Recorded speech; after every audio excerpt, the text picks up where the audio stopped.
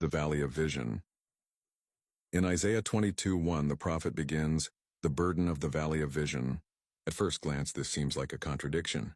A valley is a low place surrounded by mountains, often dark and confined. Yet Isaiah calls it a place of vision. Historically, this Valley of Vision referred to Jerusalem.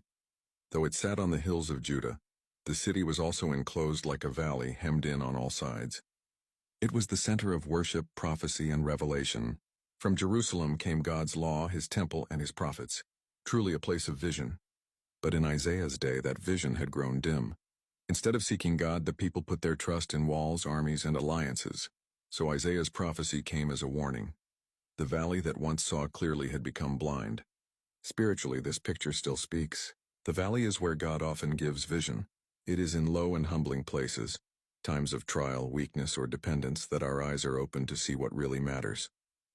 Mountains may give us perspective, but valleys test our faith and shape our vision. Yet there is also a danger. Like Jerusalem, we can live in the valley of vision and still be blind. We can be surrounded by truth, by the word of God, by the witness of the Spirit, and yet put our trust in ourselves instead of the Lord. Isaiah rebuked the people for making preparations against enemies but refusing to look to their Maker. Isaiah 22:11. The valley of vision becomes a place of judgment when vision is ignored. For us today, the lesson is clear. God gives us vision in the valley, but we must respond with faith and obedience. Hardship is not meant to blind us, but to draw us nearer to the Lord.